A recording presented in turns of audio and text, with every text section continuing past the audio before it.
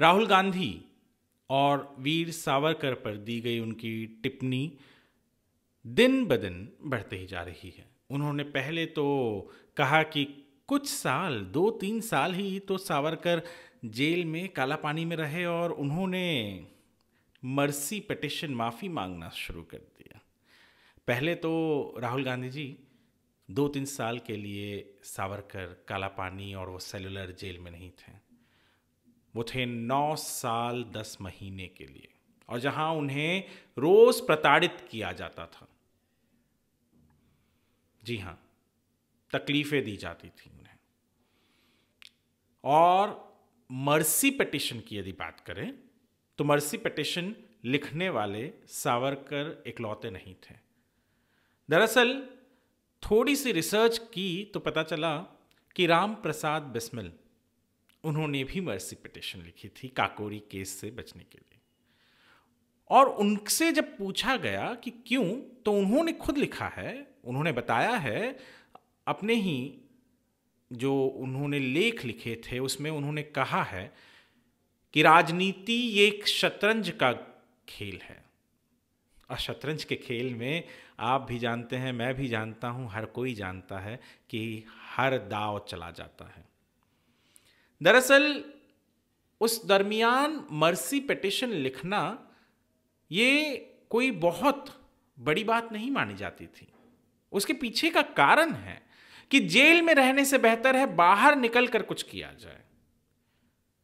और mercy petition की जब हम बात कर रहे हैं, यानी माफीनामा, तो अनगिनत स्टूडेंट्स जिन्होंने गांधी जी के एक पुकार पर अपने कॉलेजेस यूनिवर्सिटीज छोड़कर सड़क पर आ गए थे नॉन कॉपरेशन मूवमेंट के लिए, डिसओबीडियंस के लिए, उन्होंने जब यूनिवर्सिटी ने उन्हें निकाल दिया था तो उसके बाद उन लोगों ने भी मर्सी पिटिशंस लिखे। और ये मैं नहीं कह रहा हूं, ये लिखित आर्टिकल्स हैं। सिविल डिसोबीडियंस मूवमेंट में जो राज शासन यानी ब्रिटिश गवर्नमेंट के एम्प्लॉयज हुआ करते थे भारतीय, उन्होंने भी इस्तीफे दिए थे। और जब सिविल डिसोबीडियंस मूवमेंट हल्का पड़ता गया तो ये सारे लोगों ने भी माफीनामे देकर दोबारा अपने कामों पर गए थे। माफीनामा नहीं होता था, माफीनामा होता था एक तरीके की राजनीति जहां से लोग निकलकर अपने रोजमर्रा की जिंदगी में आकर देश की आजादी के लिए लड़ते थे, जिस भी तरीके से लड़ते थे। कहा जाता है कि 1857 की जो सिपाही म्यूटिनी थी उसमें भी जिन लोगों ने भागीदारी ली थी, उन्होंने लॉर्ड कैनिंग को माफीनामा लिख कर दिया था। कहा था कि हम अब नहीं करेंगे कुछ। पर 1857 की वो ज्वाला जो जली थी, क्या वो ज्वाला शांत हुई? नहीं। राजनीति है, इतनी समझ तो रखना चाहिए उन लोगों को जो ये माफीनामा कहते हैं। और सावरकर जो ये वीडियो देख रहे हैं ना, उन्हीं की तरह, आपकी तरह, मेरी तरह आम इंसान, मिडिल क्लास भी नहीं कहे, मिडिल क्लास फैमिली से आते थे। जवाहरलाल नेहरू की तरह नहीं। जब उन्हें नाभा जेल में बंद किया गया तो मैं एक आर्टिकल पढ़ रहा हूँ। उस आर्टिकल में के सतनाम जो उनके साथ उस वक्त हथकड़ी पहनकर नाभा जेल में नेहरू के साथ उन्हें ले गए, और जब उन्हें मिट्टी के बने हुए एक सेल में रखा गया जहां मिट्टी बार बार गिरती थी, तो सतनाम ने कहा कि नेहरू बड़े इरिटेट हो गए थे। और सतनाम और उनके साथ गिडवानी जी जो थे वो थोड़ा अम्यूज थे इस चीज़ को देखकर कि नेहरू इतने इरिटेट क्यों हो गए, क्योंकि वो जो मिट्टी की दीवारें थी, मिट्टी के छत थे, उससे मिट्टी टपकती थी, गिरती थी। इतना ही नहीं, उस आर्टिकल में ये भी लिखा गया है कि नेहरू जी के पिताजी यानी मोतीलाल नेहरू जी बड़े अस्वस्थ थे। उन्हें पता नहीं चल रहा था कि नेहरू कहाँ हैं, कहाँ चले गए, कहाँ उनको जेल में बंद किया है। तो पता है वो कहाँ तक पहुँच गए थे? वाइस रॉय तक, जो सबसे ऊंची ओहदा होता है था उस वक्त, वहाँ तक। और उन्होंने वाइस रॉय से जब मदद मांगी तब पता चला कि नेहरू जी नाभा के जेल में हैं। और आर्टिकल ये तक कहता है कि तब जाकर उन्हें केवल मदद ही नहीं बल्कि जो उनके दोस्त थे बाहर से, उनके तरफ से खाना पीना भी आने लग गया और कुछ ही दिन में वहां से वो छोड़ दिए गए। तो कुछ दिन मिट्टी की जेल में रहने वाले कितने अस्वस्थ हो सकते हैं, और सेलुलर जेल में जहां सावरकर ने इतनी मुश्किलें सही जो कल्पना के भी परे हैं। और उनके बारे में बार बार राहुल गांधी कहते हैं। उन्होंने हाल ही में एक और चीज कही। क्या कहा उन्होंने? कि सावरकर ओबीडियंट सर्वेंट थे किनके? ब्रिटिश फैमिली, रॉयल फैमिली के। और क्या हवाला दिया? एक लेटर। ऐसे अनगिनत लेटर निकले हैं अब, जहां पर फरवरी 1920 का एक महात्मा गांधी जी का लेटर है जिसमें उन्होंने भी यही कहा है। उन्होंने भी कहा है कि मैं हिस रॉयल हाइनेस का ओबीडियंट सर्वेंट हूं। तो क्या इसका अर्थ है कि वो नौकर हो गए? नहीं, ये उस वक्त लिखा जाता था। ये उस वक्त एक कहा जाए तो आदर देने की बात कही जाती थी। इतना ही नहीं, ये सावरकर वीर थे, वीर हैं, ये आप और मुझे कहने की जरूरत नहीं है। बड़े बड़े नेताओं ने कहा है। राहुल गांधी की दादी यानी इंदिरा गांधी 1980 में उन्होंने लेटर लिखा था और उसमें कहा था कि स्वातंत्र वीर सावरकर की जो गाथाएं हैं, जो बलिदान है इस देश के आजादी के लिए, वो एक अभूतपूर्व जगह रखती हैं अपने देश के इतिहास में। पीवी नरसिम्हा राव ने 1992 में कहा था कि जिस तरीके की लेख सावरकर ने लिखे हैं वो इंस्पिरेशन है। सावरकर ने जो बलिदान किया है वो इंस्पिरेशन है। डॉक्टर सर्वपल्ली राधाकृष्णन, सावरकर के मौत पर उन्होंने कहा था कि सावरकर आने वाली पीढ़ियों के लिए एक इंस्पिरेशन है। ये सब कांग्रेस से थे और उन्होंने बार बार ये बात कही है। इस देश में राजनीति के लिए, केवल अपनी रोटी सेकने के लिए, राजनीतिक रोटी सेकने के लिए, क्या हम बार बार सावरकर का वो माफीनामा ले आएंगे? माफीनामा तो कईयों ने लिखा है, और क्यों लिखा है वो भी हमें पता है। एक महीना या उसका आधा भी लोग जेल में नहीं बिता पाते थे। उनके पिता वॉइसरॉय तक पहुंच जाते थे और छुड़वा लाते थे बेटों को, क्योंकि वो पहुंच वाले थे। सावरकर, राम प्रसाद बिस्मिल, हजारों बच्चे जो कॉलेजेस में पढ़ते थे, और वो लोग जो ब्रिटिश राज के शासन में नौकरियां कर रहे थे, वो इतने पहुंच वाले नहीं थे। उन्हें दोबारा बाहर आकर अपना ही काम करने के लिए ये माफीनामा लिखना पड़ता था। और क्या माफीनामे के बाद सावरकर ने अपने ज्वलंत विषयों को लिखना बंद कर दिया था? कभी नहीं। वो सदैव अपने विचारों पे अटल रहे।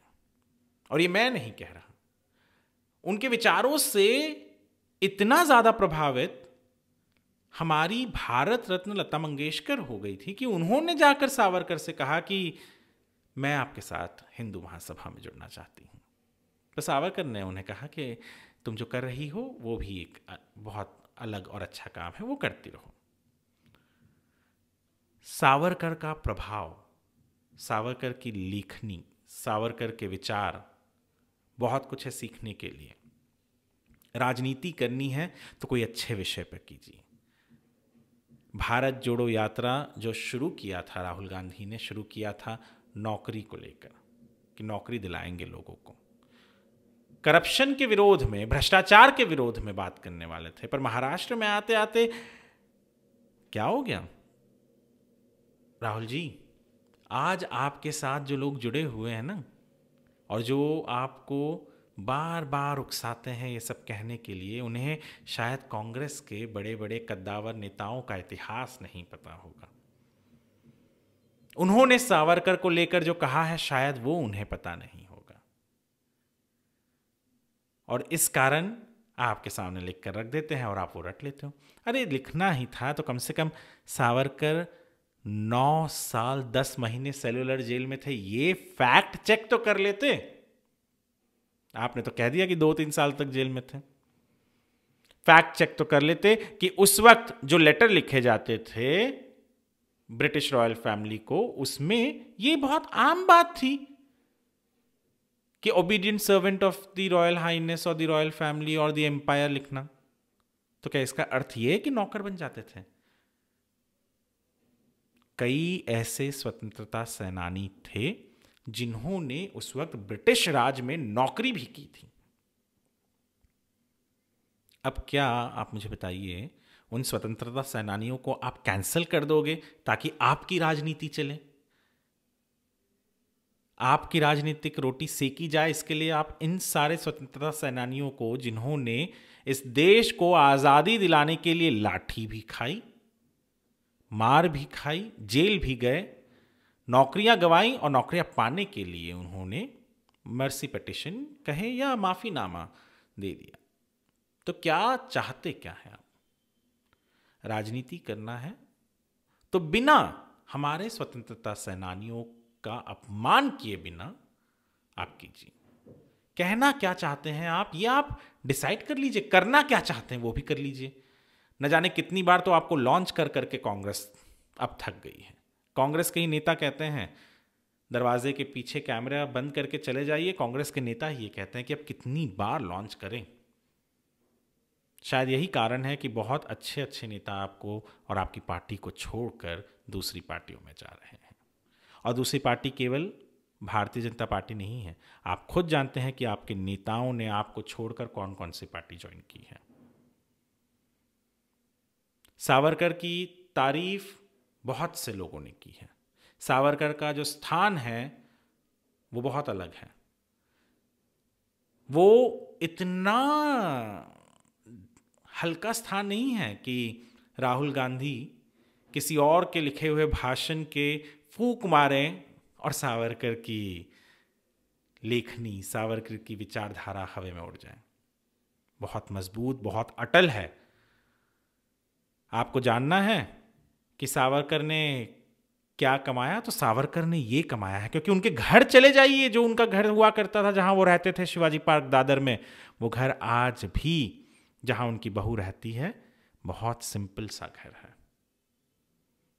कोई प्रोटेक्शन, जेड सिक्योरिटी नहीं है उनके घर के बाहर। बहुत सादगी से रहते हैं। सावरकर ने पैसे नहीं कमाए, सावरकर ने नाम कमाया।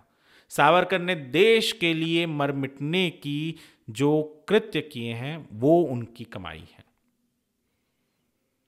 सावरकर इसलिए अमर हैं, उनका नाम अमर है, और इसलिए आपकी दादी भी उनकी तारीफ करती थी। पीवी नरसिम्हा राव जो कांग्रेस के ही नेता थे और प्रधानमंत्री थे, वो तारीफ करते थे। डॉक्टर सर्वपल्ली राधाकृष्णन इसके लिए तारीफ करते थे, या अनगिनत नेताओं के मैं नाम ले लूं, पर मुझे अब वहां जाने का इच्छा या मन नहीं है। कारण ये है कि सावरकर के बारे में आप जितना विरोध करेंगे, सावरकर के बारे में लोग उतना ही पढ़ेंगे, लोग उतना ही जानेंगे। तो सावरकर क्या हैं, सावरकर क्या थे, आशा करता हूं पढ़े लिखे हैं। थोड़ा सा इतिहास खुद खंगालिए, शायद आपको पता चल जाए, और जो सवाल आप कह रहे हैं उन सवालों के जवाब आपको शायद मिल जाए। और ऐसे नेताओं पर निर्भर न रहें जो आपकी यात्रा को सफल तो नजर आ रही है ना, चल रहा है, सफल है, खुश हैं, इसके लिए तो आप चल रहे हो।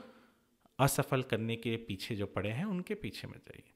विषय उठाइए, अच्छे विषय उठाइए, ऐसे विषय नहीं जिनका कोई सर पैर ना हो।